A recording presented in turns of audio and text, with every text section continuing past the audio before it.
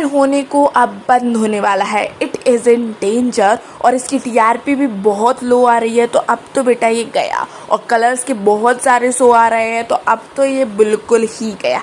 ऐसे सारे रूमर्स तुमने ज़रूर सुने होंगे। अगर तुम इस सीरियल को देखते हो तो तुम्हारी फीड इसी तरह भरी होगी कि अब तो ये बंद होने वाला है।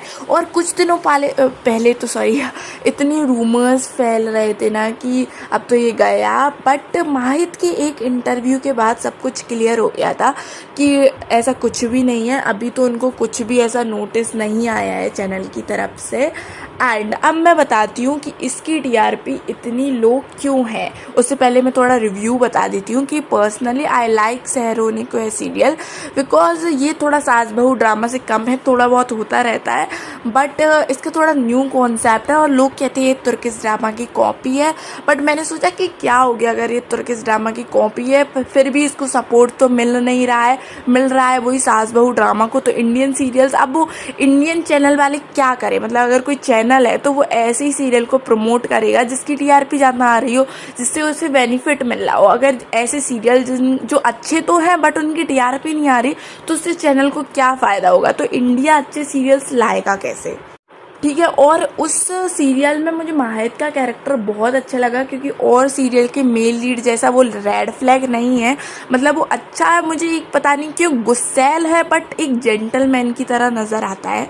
और तुम्हें पता ही है मेरा फेवरेट कैरेक्टर तो है डॉक्टर फरीद, एंड कौसर को भी कुछ लोग कमेंट्स में कहते रहते हैं कि ऐसा क्यों कर रही है, बट कौसर शहर की माँ है भाई, वो तुम लोग समझ क्यों नहीं रहे। वो अपनी बेटी के लिए भला ही सोचेगी, वो थोड़ी सोचेगी कि वो शादी कर ले एंड ऐसे वाले चक्करों में फंस जाए।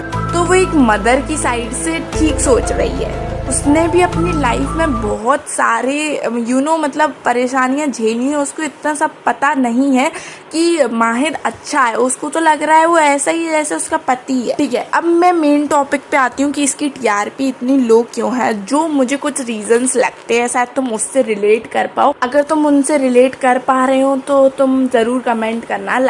कुछ लोगों के घर पर मेरी तरह फ्री डेज है जिसमें कलर्स चैनल नहीं आता है, क्योंकि लॉकडाउन के समय आई थिंक ये सारे चैनल्स चले गए थे, या उससे कुछ दिन पहले वो ऐड आने लगा था कि ये वाला सिट्टा बॉस लगाओ, इसमें फ्री में 2 महीने में मतलब सारे चैनल्स आ जाएंगे। बट मेरे घर पे तो फ्री डेज है। एंड कुछ प्रॉब्लम ये भी है कि कुछ लोगों के घर पे यूट्यूब वाली टीवी है, जैसे मेरे घर में, तो मैं उसमें भी कुछ नहीं कर सकती। मतलब मेरे यहाँ पे अपोजिट है, मतलब एक तो फ्री डेज है, एक यूट्यूब वाली टीवी है, तो मुझे समझ में नहीं आता मैं क्या करूँ। तो हम लोग क्या प्रेफर करते हैं कि हम लोग जियो हॉटस्टार पे देखें। और ऐसे सीरियल्स देखने वाले ज़्यादातर टीनेजर्स या फिर कॉलेज वाले स्टूडेंट्स होते हैं, या फिर जो भी और अलग स्टूडेंट्स रहते हैं जो ऐसे वाले कॉन्सेप्ट को पसंद करते हैं। तो वो ज़्यादा अपनी लाइफ में बिजी रहते हैं, कहीं स्टडी में, कहीं वर्क में, ठीक है। तो उनको लगता है कि हम मोबाइल पे कन्वीनियंट होता है उन्हें, तो वो मोबाइल पे देख लेते हैं। बट जिनके घर पे ऐसे चैनल्स हैं उधर पे देखती हैं आंटीज़, और उन्हें पसंद है वही सास बहू ट्रोप। तो अनुपमा जैसे सीरियल्स की टीआरपी इतनी हाई कैसे है वो तो तुम्हें अब पता लग ही चुका होगा। और ये रिश्ता क्या कहलाता है कि इतने सीजन्स पे सीजन्स क्यों आते जा रहे हैं, क्योंकि चैनल वाले भी क्या करें। अगर मतलब जो अच्छा सीरियल है बट वो टीआरपी लेके नहीं आ रहा, तो वो क्या करे, ठीक है। तो मेरे हिसाब से तो ये है, इन्हें देखना चाहिए कि मतलब यूट्यूब पे इनके प्रोमो पे कितने व्यूज़ आते हैं, ठीक है। इनको सिर्फ टीवी से टीआरपी नहीं लेनी चाहिए, इनको जियो हॉटस्टार पे अगर लोग पसंद कर रहे हैं तो उन्हें उससे भी टीआरपी लेनी चाहिए। और तुम्हें दिया और बाती जैसे नॉस्टैल्जिक शो के बारे में जानना है, तो जैसे कि मैंने जोधा अकबर के बारे में वीडियो बना रखी है, और एक करेंट्स और तू जूलियट जटदी के बारे में भी, और कुछ रंग प्यार के में भी, तो ठीक है। तो तुम्हें अगर वो सारी वीडियोस देखनी है तो तुम मेरे चैनल पर जाके देख सकते हो। और अगर तुम्हें ये वाली वीडियो अच्छी लगी है और तुम मेरी सारी बातों से सहमत हो तो इस वीडियो को लाइक कर देना, चैनल को सब्सक्राइब कर देना। Bye bye.